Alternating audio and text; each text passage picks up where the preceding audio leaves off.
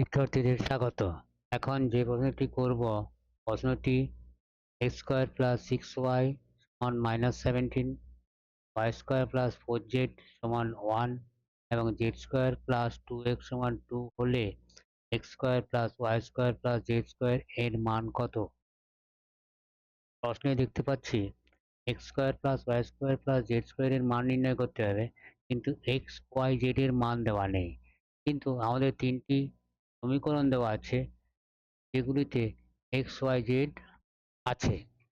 প্রথমত সমীকরণগুলি লিখি।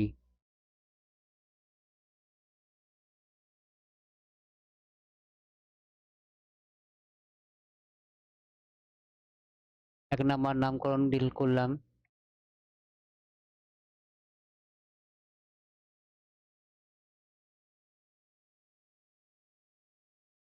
এটি ২ নাম্বার সমীকরণ।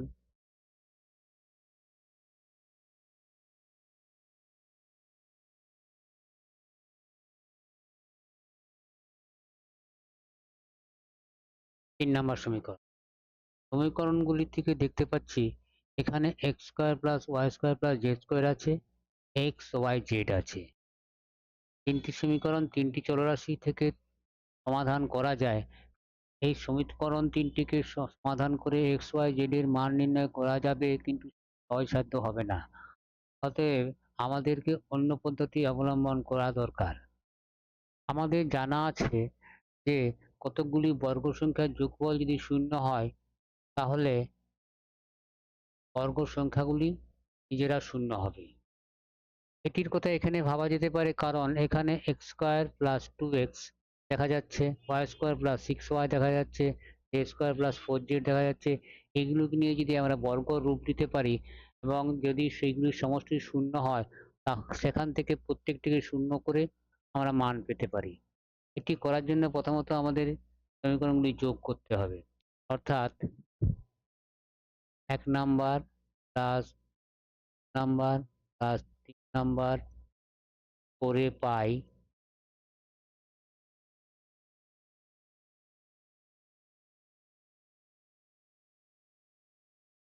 x square plus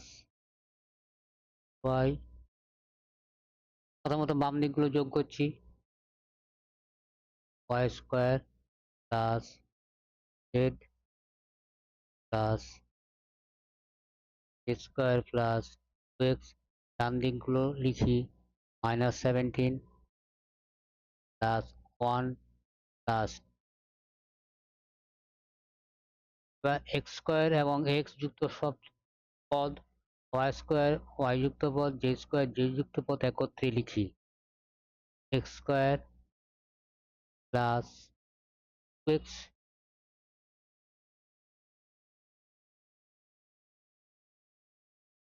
y square 6y z square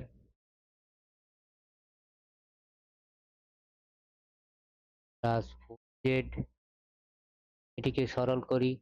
-17 plus 1 plus 2, 1 plus 2 3, 17 থেকে 3 বিয়োগ করলে -14।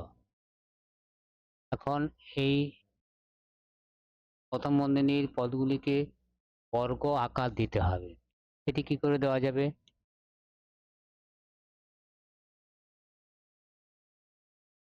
আমাদের জানা আছে কি a plus B whole square বা a প্লাস বি বর্গ সমান square plus ab plus B square. তাহলে আমাদের দুটি পদ আছে, আরেকটি পদ চাই। আরেকটি পদ আমরা আগে লিখব, পরে যোগ বিয়োগ করে সমান করব। অর্থাৎ x স্কয়ার প্লাস প্রথমত 2 চাই, a মানে x। এখন এর সাথে যদি আমরা 1 লিখি তাহলে 2x এই থাকে প্লাস 1 এর বর্গ। এই 1 টিকে আমরা আগে থেকে এখানে লিখতে পারি, এখানে লিখতে পারি -1। 1 1 কেটে যাবে, plus y square plus 2 ab পদের জন্য y এখানে আছে 6, তাহলে 6 করতে 3 দিয়ে গুণ করতে হবে, প্লাস এর বর্গ। 3 এর বর্গ 9, এটি অতিরিক্ত লেখা হয়েছে তাই -9 লিখব। প্লাস নিচে লিখলাম জায়গার কম বলে Z square plus 2 into Z into 4 হতে গেলে একটি 2 চাই, প্লাস 2 এর বর্গ, যেহেতু 2 এর বর্গ এখানে ছিল না তাই -2 এর বর্গ মানে 4 লিখব। ডান পক্ষ মাইনাস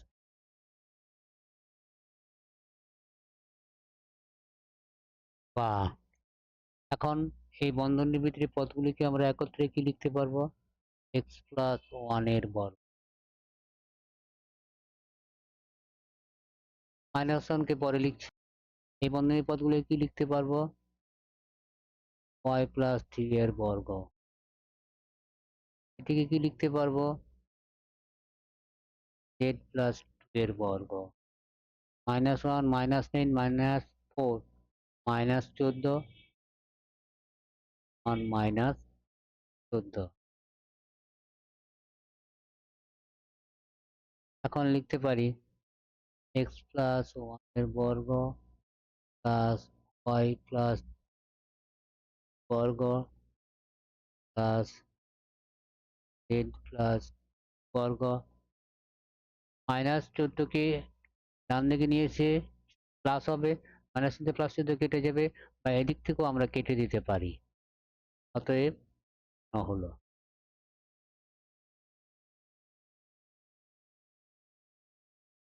যেহেতু 2 বা ততোধিক সংখ্যা বা রাশির বর্গের সমষ্টি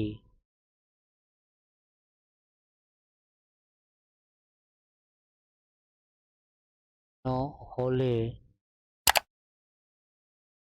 ওই সংখ্যা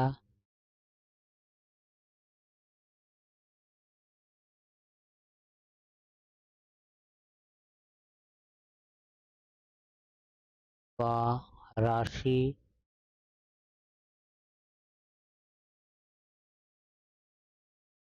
প্রত্যেকে নিজেরা শূন্য হবে।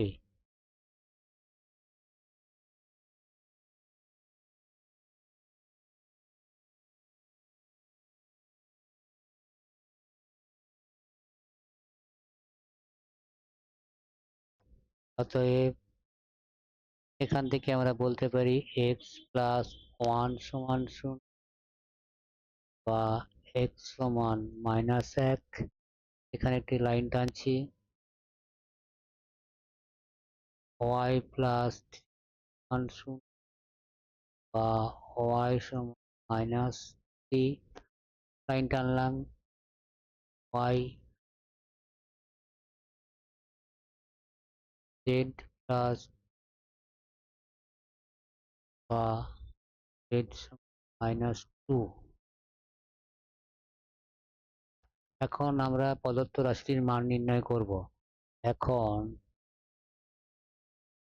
x square plus y square plus z square, x y z এর মান বসাই, এখানে লিখি x সমান -1, y সমান -3, z সমান -2।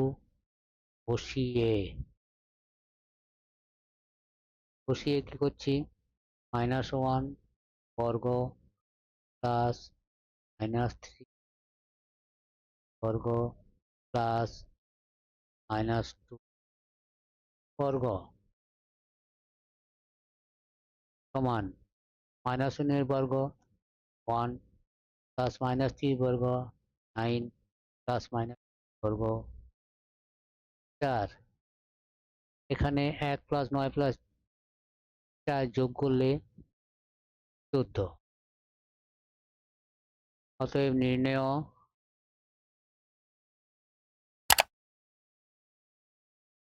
x square plus y square plus এর মান